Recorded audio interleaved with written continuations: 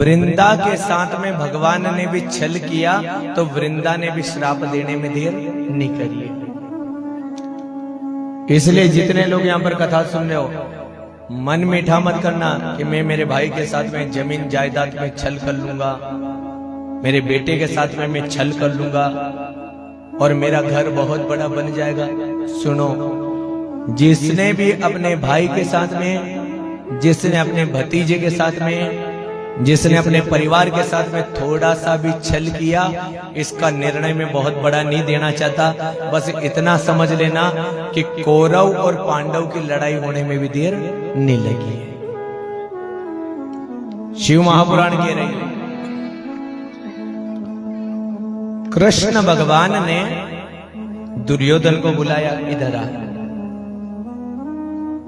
दुर्योधन आया और कहने लगा, द्वारिकाधीश में आपको प्रणाम करता हूं। कृष्ण भगवान ने एक ही बात करी कि सुनो, जहां पर भी लड़ाई हो, जहां पर झगड़े हो, दूसरे को जाके कभी भी नहीं सुनाना चाहिए।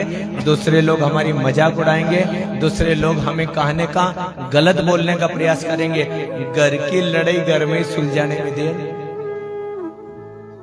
दुर्योधन को समझाया मत करे सब, और कृष्ण भगवान ने कह दिया, दोनों आप मेरे हो। और लड़ाई को रोकना चाहता है ना, एक काम करना, ये भी तेरे भाई हैं, एक काम कर, तो सब राज्य रख लेना, तो पूरी नगरी को रख लेना, तो फिर धन को रख लेना, तो राजकोष को रख लेना, पर इन पांडवों को 5 गांव देने में भी देर मत कर। अब अंदाजा लगा लेना, दुर्योधन को समझाया कि 5 गांव दे दो, पर इतनी दुर्बुद्धि हो गई थी, उसने द्वारिकाधीश से जाकर के कह दिया कि द्वारिकाधीश आप हमारे बीच में मत बोलना। आप 5 गांव की बात कर रहे हो, मैं इन पांडवों को सुई के नोक के बराबर भी कुछ नहीं देना चाहता। अब अंदाजा लगा लेना, एक गलती करी, और इतना मैंने आप लोगों को एक कठोरिया में बहुत सुंदर कथा सुनाई थी, और मैंने उस समय कहा था कि कोई व्यक्ति किसी का पैसा खा जाए, कोई व्यक्ति किसी का धन खा जाए, तो बहुत सारे लोग कहते हैं कि तेरे बाग में हो तो तू खा लेना, और तेरे बाग में नहीं हो तो काने कामा डॉक्टर के यहाँ पे देने में भी लोग कहते हैं। इसलिए अगर आपने किसी का पैसा लिया हो तो हाथ जोड़ के ये बोल देना, अभी मेरे पास में नहीं है, जब मेरे पास में आएंगे हम जब दे देंगे। और विशेष करके जो धार्मिक आयोजन कराते हैं, धर्म का पैसा अगर घर में बस जाए, धर्म का पैसा अगर आपके पास में आ जाए, तो गलती से भी 1 रुपया मत उसमें से निकाल लेना। और अगर 1 रुपया भी अगर आपने निकाल लिया धर्म के काम में से, तो समझ लेना कि 7 पीढ़ी के ऊपर उसका असर होने में भी देर नहीं लगेगी। ये शिव पुराण कह रही है। जीवन में कभी किसी के लिए गलत शब्द नहीं, जीवन में किसी के प्रति कोई ईर्ष्या नहीं। और आज देखो, ब्रह्मा जी के द्वारा पूरी सृष्टि का निर्माण हुआ, शंकर जी के द्वारा विष्णु भगवान को बनाया गया, शंकर जी के द्वारा ब्रह्मा जी को बनाया गया, और उसी शंकर भगवान ने आज्ञा दे दी कि एक काम कर ब्रह्मा, अब तू सृष्टि की रचना कर। कथा को ध्यान से सुनना। ब्रह्मा जी ने सुर को बनाया, असुर को बनाया, मनुष्यों को बनाया, प्रजापतियों को बनाया, मरीचि को बनाया, अत्रि को बनाया, पुलह को बनाया, पुलस्त को बनाया, अंगिरा को बनाया, वशिष्ठ जी को बुलाया या वशिष्ठ जी को बनाया। पर कथा को ध्यान से सुनना, ब्रह्मा जी के द्वारा एक कन्या का जन्म भी दिया गया। ब्रह्मा जी बड़े समझदार हैं, उनको मालूम है कि सृष्टि अकेले पुरुष से नहीं चलती है। अगर हम विवाह नहीं करें तो हमारे घर पे बालक बालिका होने वाले नहीं है। ब्रह्मा जी को मालूम थी कि घर को आगे बढ़ाना है, वंश को आगे बढ़ाना है, कुटुंब को आगे बढ़ाना है, समाज में अगर अपना मुंह दिखाना है तो आपको वंश की उत्पत्ति करना पड़ेगी। जितने लोग यहाँ पर कथा सुन रहे, सुनो, पशु तरीके से सिर्फ पुत्र को प्रकट कर लेना, पशु में और हम में कोई अंतर नहीं। अंदाजा लगाओ, पशु भी नींद निकालता है तो हम भी तो निकालेंगे, नहीं निकालेंगे? कभी कभी गाय माता को देखना, गाय माता भी नींद निकाले, भैंस को भी देखना वो नींद निकाले, घोड़ी को देख लेना वो नींद निकाले। अब अंतर और पशु में और हम में क्या अंतर, तो समझ लेना, पशु भी नींद निकालता है, हम भी नींद निकालते हैं। पशु भी चारा खाता है, हम भी रोटी खाते हैं। पशु भी अपने समान बछड़ों को जन्म देता है, तो हम भी हमारे समान बच्चों को जन्म देते हैं। क्या अंतर है, तो समझ लेना, पशु के अंदर अच्छा क्या है, बुरा क्या है, ये सोच नहीं है, और हमारे अंदर अच्छा क्या है, बुरा क्या है, धर्म क्या है, मंदिर क्या है, माँ क्या है, पिता क्या है, बहन का है, ये सोच है। और जिस मनुष्य के अंदर ये सोच नहीं है, तो समझ लेना कि पशु और उसमें कोई अंतर भी नहीं। ये ब्रह्मा जी के द्वारा एक सुंदर सी स्त्री को, सुंदर सी एक बालिका को जन्म दिया गया।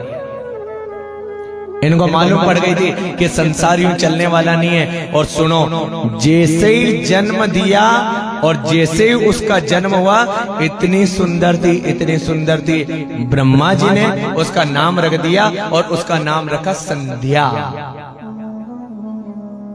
क्या नाम रखा, थोड़े बोलते भी जाना, संध्या। ब्रह्मा ने कहा कि आज से तू मेरे धर्म की बेटी हुई, मैंने तेरे को जन्म दिया ना, मेरे को बड़ा आनंद आया।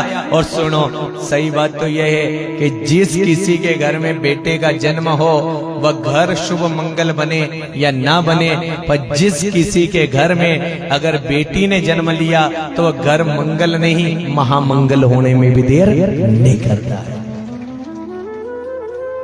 और एक शब्दों को समझना, रोना भी दो प्रकार का है, समझना। कभी कभी अपन कहते हैं ना, बड़ा आदमी रोई तो अपने को अच्छा नहीं लगे, और छोटा सा बच्चा रोई तो अंदाजा लगा ना। बहुत सारे लोग, अरे मैं धर्म के काम में जरा कहां हलदा रहा यार, ये रोने का काम बंद कर। पर अंदाजा लगाना, जिस किसी के घर में छोटा सा बेटा हुआ, जिस किसी के घर में छोटी सी बेटी हुई, अगर वो रोती है तो कितनी अच्छी लगती है।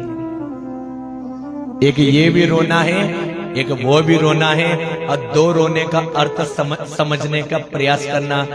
छोटी सी अगर बेटी अगर रोती है, छोटा सा बेटा अगर रोता है, तो उसे कलहट कहते हैं, यानी वह कलाहट हमको बहुत अच्छी लगती है। पर अंदाजा लगाना, जिस पिता को अपने बेटे ने मारा, जिस माँ को अपने बेटे ने मारा, अगर वो रोती है, अंदाजा लगा लेना, एक रोना तो सुख देगा, पर एक पिता का रोना हमको दुख देने में भी देर नहीं करेगा। हम व्यासपीठ से निवेदन कर रहे हैं, भगवान जी के मंदिर में जाओ, हम मना नहीं करेंगे, बिल्व पत्र चढ़ाओ, सब कुछ करो, पर अपनी आत्मा को, अपने माँ बाप को कभी भी दुख मत देना। तीरथ में जा जाके घंटी बजाए, तीरथ में जा जाके 100 रुपए के प्रसाद चढ़ाए, तीरथ में जा जाके वहां गरीबों को दान दे। अब अंदाजा लगाना, तूने तेरे बाप के लिए कितना किया होगा। कभी कभी हलवा बंटवारे तो अपने बाप को भी तो हलवा खिलाओ।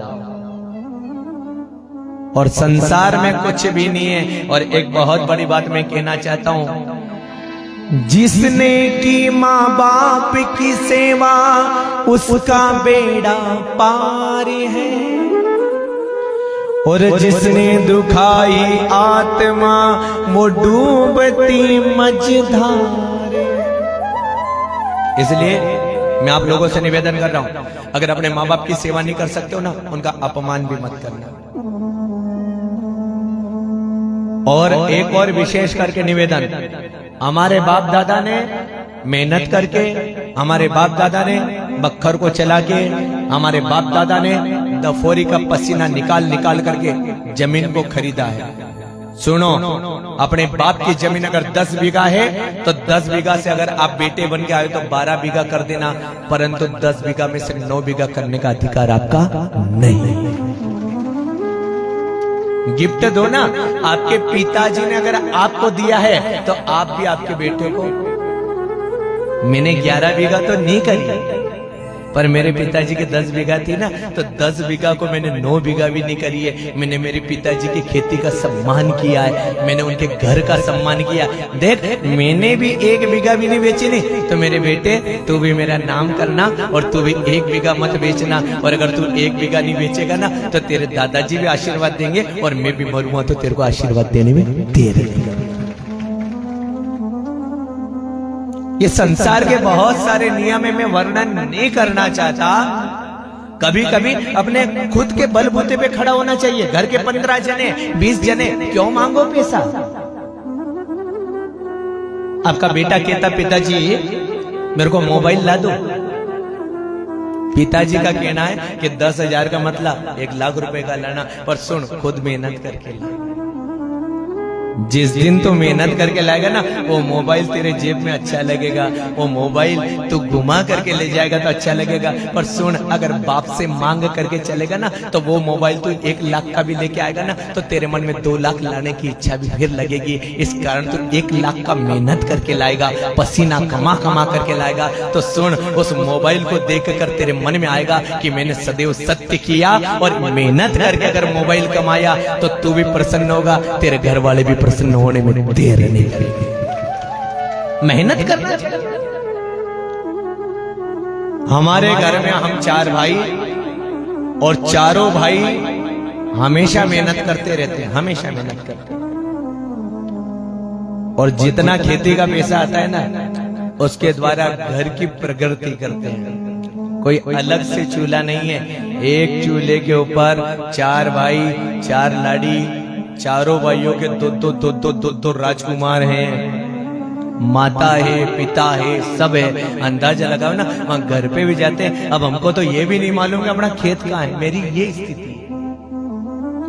घर पे जाता हूँ मेहमान जैसा जाता हूँ, मेहमान जैसा आ जाता हूँ। और सब भाई मेरे से बहुत प्रेम करते हैं। जीवन में कहां पर भी मैं जाता हूं, नर्मदा जी में भी अगर नहाने का काम पड़ा, गंगा जी में नहाने का काम पड़ा तो मैं खुद डुबकी एक तो खाता हूं। पर अगर ठंड का समय हो ना तो एक एक डुबकी मेरे परिवार वालों की भी मैं खाता हूं। भगवान मैं नर्मदा में आया, मैं स्नान कर रहा हूं और माँ नर्मदा तो सबकी सुनती है। एक बार मेरे परिवार वालों का नाम ले लेके मैं डुबकी खा रहा हूं और डुबकी खाऊंगा तो मुझे पूरा विश्वास है कि ये स्नान का पुण्य उनको भी मिलने में देर नहीं लगेगी। ये ब्रह्मा जी के द्वारा एक कन्या का निर्माण किया गया, इतनी सुंदर। और ब्रह्मा जी ने कह दिया आज से तेरा नाम संध्या होगा। ब्रह्मा जी ने कुछ मनन किया, कुछ चिंतन किया और उसी समय एक बालक को बनाया। और उस बालक को जन्म देने के बाद में इतना सुंदर था। कभी कभी हम देखते हैं कि किसी का शरीर ही ऐसा होता है कि वो अपने मोहिनी सूत्र में बांधने में भी देर नहीं करता है। अब आप लोग कह रहे हो कि गोपिका कान्हा की क्यों दीवानी थी? क्योंकि कान्हा ऐसा था जिनका विवाह हो गया